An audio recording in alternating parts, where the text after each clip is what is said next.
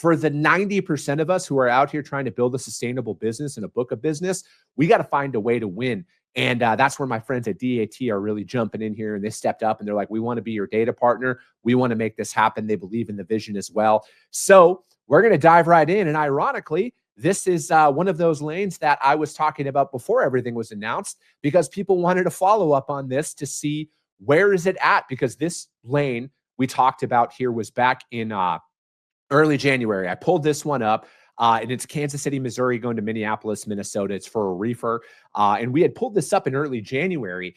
And just like the rate per mile that it was, because, there's a lot of weather events that were going on out there. And again, I wanted people to see the spike, and I wanted people to see the overall stability in there. Because again, this is one of those lanes that falls into a giant day of the week category on when this shipment moves, what rate you're actually going to pay on this. So again, if we're looking at this here, the rate is essentially stabilized. Okay. Because when we first started talking about it, it was like $14.50. It's actually gone down a little bit here, but you can see on here, and I got to work on zooming in on this stuff, but it shows up here that the range, the median rate that's being paid out there is $12.85 right now, going up from Kansas City, Missouri, going to Minneapolis, Minnesota for a reefer. And again, there's multiple classifications of reefer freight. If it's a frozen, fresh, temp controlled, it's all priced differently out there. But I think for this lane in particular, it's predicated on the day of the week that it is moving. And if this is a Thursday to Monday or a Friday to Monday, it's going to be exponentially more expensive to move this, because as you can see, it's only 437 miles that is out there, right? That's a one-day transit. So if this picks up Monday to Thursday, my assumption is you're going to pay between $1,200 and $1,300. That's what I would go out there. That's what I would quote carriers to try and get them locked in. And my carrier friends can't say it's cheap freight, because that's almost $3 a mile. Again, I went to public school, but it's almost $3 a mile.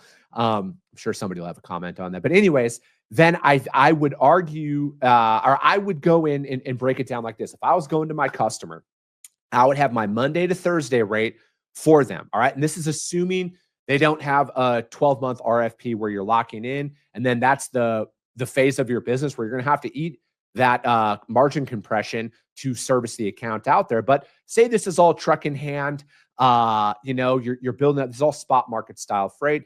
I'm going to go and I'm going to give them a stable price where I'm going to give them a Monday to Thursday rate. And then I'm going to give them a Friday to Monday rate. Okay. And that's going to cover that cost. And I'm going to explain to them, because I would assume that they wonder, why is it higher priced certain days of the week than it's not? And you don't ever go as far as thinking somebody actually took the time to explain to your customer, regardless of the size of them, on how the market actually works. I think you would be shocked at the amount of shippers that are out there that would love to hear from their transportation partners on why these spikes happen, and talk to them about that so you can bring stability to them. This is something that we personally do, that we have found a lot of success with in our customers, and that's in flatbed. So I would assume that the shippers on reefer and drive-in would love to hear a breakdown like this as well. And especially if it's that mileage thing, and you can essentially go up and double that mileage here. Like even if it's like 800 miles for a Friday to a Monday, that's still going to garner a higher price point from a carrier, unless they're from that destination city and they're repositioning their truck home.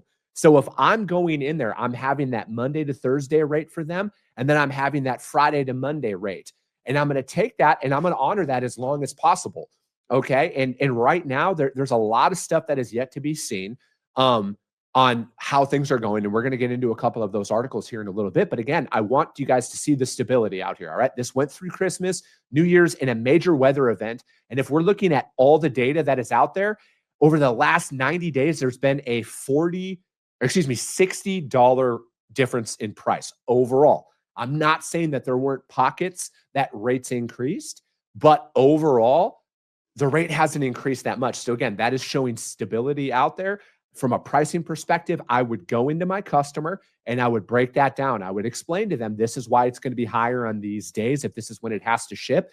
Or furthermore, if you can ship everything Monday to Thursday, this is the actual cost savings we are going to bring to you, which then they can eventually go, pass that down to their customers, right? Because that's kind of how all of this works. So that's what I would do. And again, I always like to show you guys the inverse right here. And the Minneapolis market is staying strong for outbound reefer freight right now. If I had a reefer trailer, I would want to get up into that Minneapolis market because this has stayed elevated.